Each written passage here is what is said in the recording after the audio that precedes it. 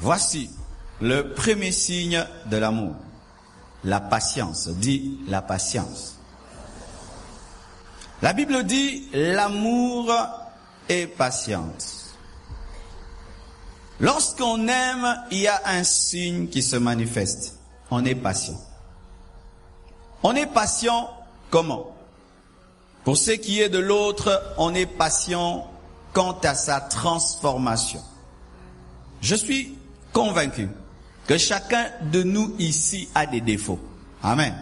Même moi-même, j'en ai.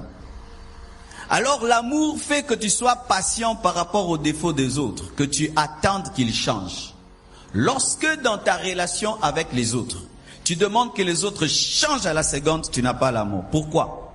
Quand il s'agit de toi-même, tu demandes qu'on soit patient, mais quand il s'agit des autres, ils doivent changer maintenant. Ainsi, tu manifestes de l'amour pour toi. Je changerai progressivement. Quand il s'agit de toi, il faut qu'on comprenne que tu changeras progressivement. Mais quand il s'agit de l'autre, le conseil se donne aujourd'hui et aujourd'hui même tu dois changer. Un manque d'amour.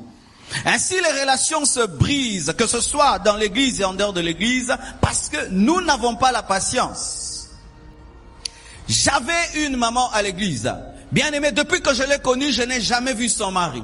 Elle me parlait toujours de son mari. Mon mari est en Europe, mon mari me prendra. Mon mari me prendra. Mon mari.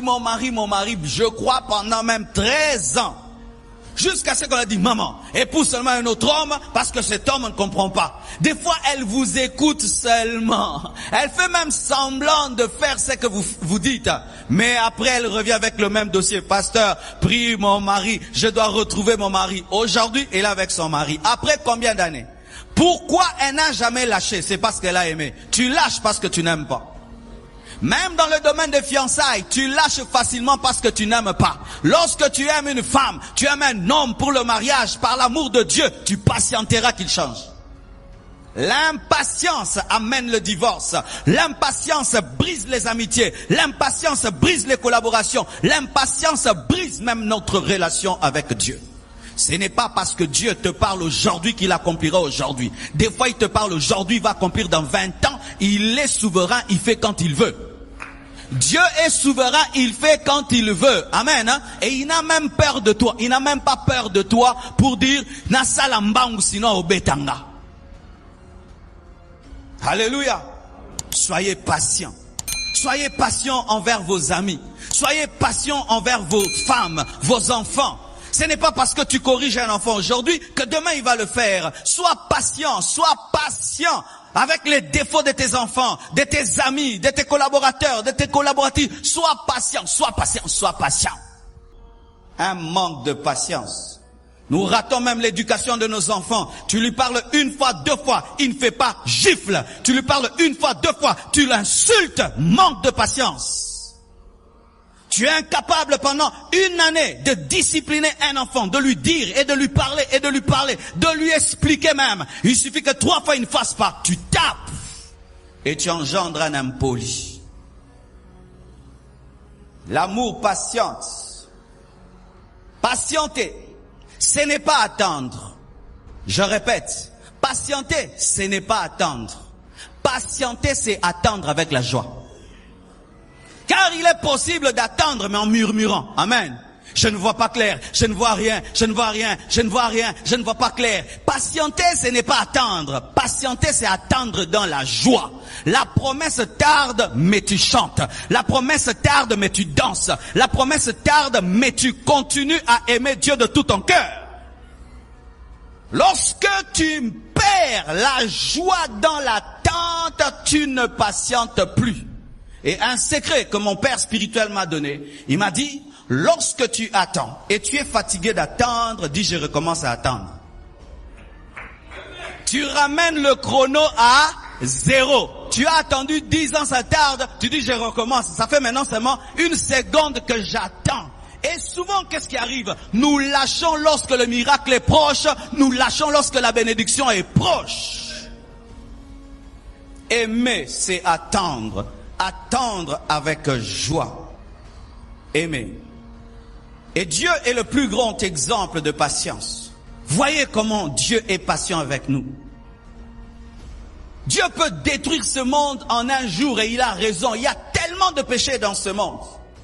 Il y a des temples de Satan. Il y a des gens qui s'appellent adorateurs du diable sur cette terre, mais Dieu ne les tue pas. Le sorcier s'envole, il bouffe les gens, et puis il se réveille, Dieu ne le tue pas. Dieu envoie la pluie sur le bon et sur le méchant.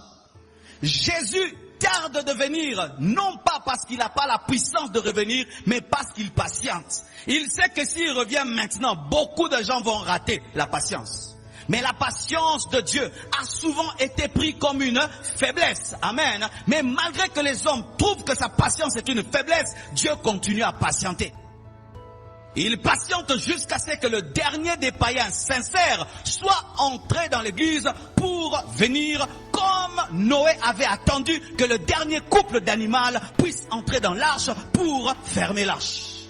La patience de Noé par rapport au dernier couple d'animal n'est pas une faiblesse, mais c'est de la sagesse. Soyez patients envers Dieu, envers les autres, mais aussi envers vous-même. Un homme qui s'aime aussi est patient envers lui-même. Il y a des gens qui sont très durs. Il dit, je vais changer, je vais changer. Et si le changement n'arrive pas directement, il commence à se dire, moi vraiment, Dieu ne me connaît pas. Les gens comme nous, ce sont des mauvais. Arrête cela, bien-aimé. Ces hommes que tu admires, qui sont remplis de qualités, avaient beaucoup de défauts, mais ils ont lutté avec Dieu, lutté avec le Saint-Esprit. Aujourd'hui, ce sont des hommes de prière, des hommes de parole, des hommes de sainteté. Mais s'ils te racontent leur vie passée, ils te diront, j'étais tombé, j'étais faible, mais aujourd'hui, je suis un guerrier. Alléluia. C'est pourquoi dans vos témoignages aux autres, ne parlez pas que de vos forces. Parlez-leur aussi de vos faiblesses. Ils seront encouragés dans leurs faiblesses, non pas pour rester dans la faiblesse, mais pour croire qu'eux aussi peuvent changer. C'est pourquoi dans l'histoire de Pierre, on ne nous montre pas que Pierre prêchant dans Acte 2, on nous montre aussi Pierre qui réunit Jésus. On ne nous montre pas que Paul en train d'enseigner, mais aussi en train de persécuter.